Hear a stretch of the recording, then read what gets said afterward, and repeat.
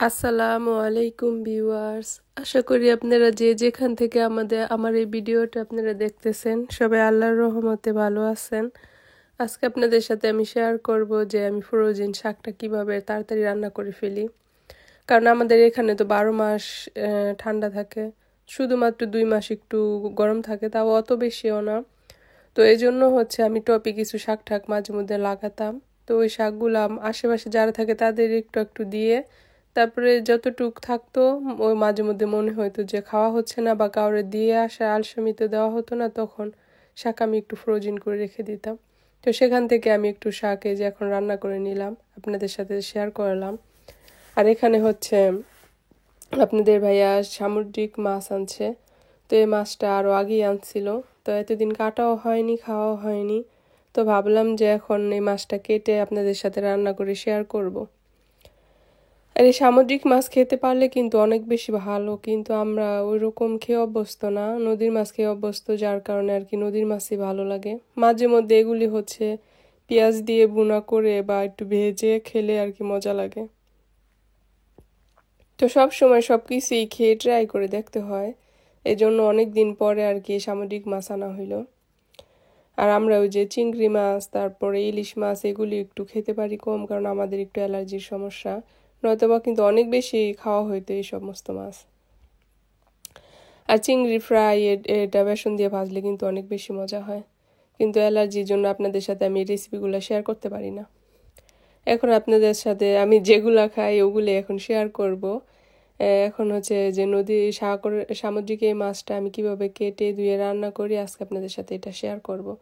আর এটা আগে আগে বলিনি এই কারণে, কারণ অনেক আপুরা আছে প্রথম থেকে যদি বলে ফেলি যে আজকে আমি কি কি রান্না করব, তাহলে ওনারা হচ্ছে কি এই 1 মিনিট বা 1.5 মিনিট একটু ভিডিও দেখে শুনে তারপর একটা কমেন্ট করে চলে যায়।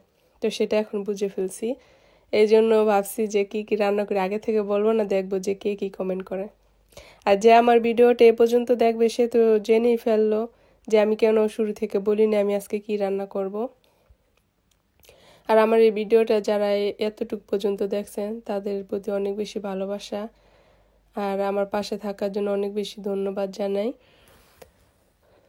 আপনারা এমন করে সবসময় সবাইকে সাপোর্ট দিয়ে ভালোবাসা দিয়ে এগিয়ে নিয়ে যাবেন, তাহলে সবারই মনে একটা ভালোবাসা জাগবে যে না আমরাও কিছু একটা হয়তো বা করতে পারবো। আর আমি তো আর বেশি দিন হয়নি যে ইউটিউবে আসছি, কারণ এই জন্য আপনাদের সাথে অত গুছিয়ে কথা বলতে পারি না সুন্দর করে।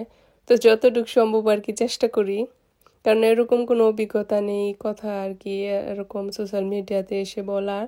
তারপরও চেষ্টা করছি, জানি না কতটুকু হয়, জানি অনেক ভুল ত্রুটি হয়, ওটা আপনারা ক্ষমা সুন্দর দৃষ্টিতে দেখবেন।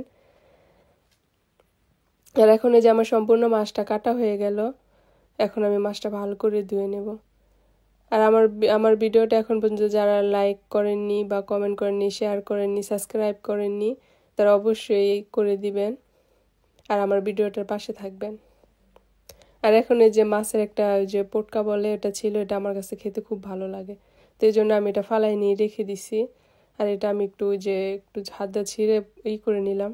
তো এখন আমি লবণ দিয়ে, কারণ এখানকার পানি হচ্ছে গরম ঠান্ডা দুইটাই, আমি চাইলে গরম পানি আসবে, আমি চাইলে ঠান্ডা পানি আসবে, দুই সাইডে, এক সাইডে ঠান্ডা এক সাইডে গরম। তো আমি হালকা গরম পানি দিয়ে লবণ দিয়ে ভালো করে মাছ ধুয়ে একদম মাছটা সাদা করে ধুয়ে নিচ্ছি।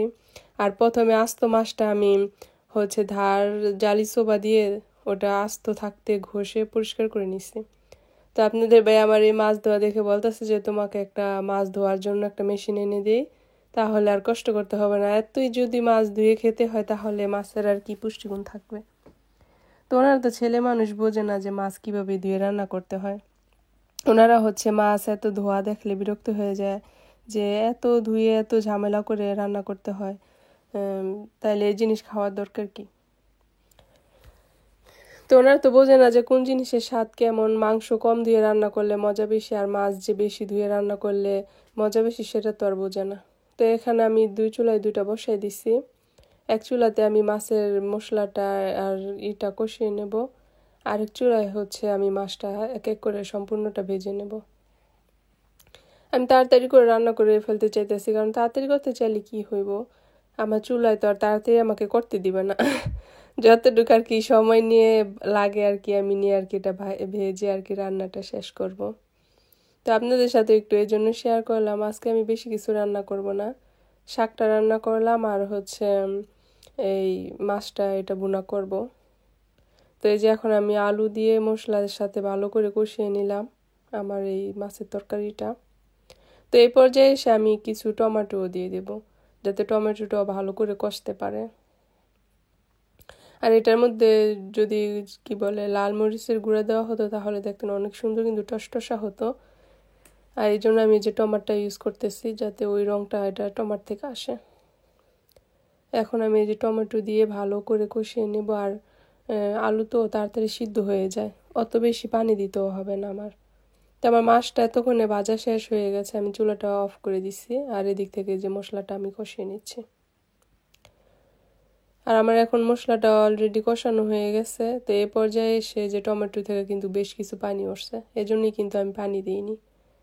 তো এই পর্যায়ে এসে আমি এই যে মাছের আলুগুলোর মধ্যে পানি দিয়ে যখন একটু নিয়ে আসছে তখনই আমি সম্পূর্ণ মাছগুলো আর কি দিয়ে দেব।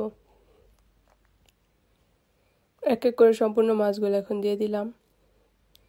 তো এই যে এখন আমি এটা ঢেকে দেব যাতে করে ভালো করে একদম নিয়ে আসে টকবগিয়ে। তো এখন এই যে আমার রান্নাটা কমপ্লিট হয়ে গেছে। এখন আমি ভাজা জিরার গুঁড়ো একটু দিয়ে দিব। আমরা সব সময় মাছের মধ্যে বলে একটা বলে শাক বাটা আর একটা হচ্ছে এই যে ভাজা জিরার গুঁড়ো।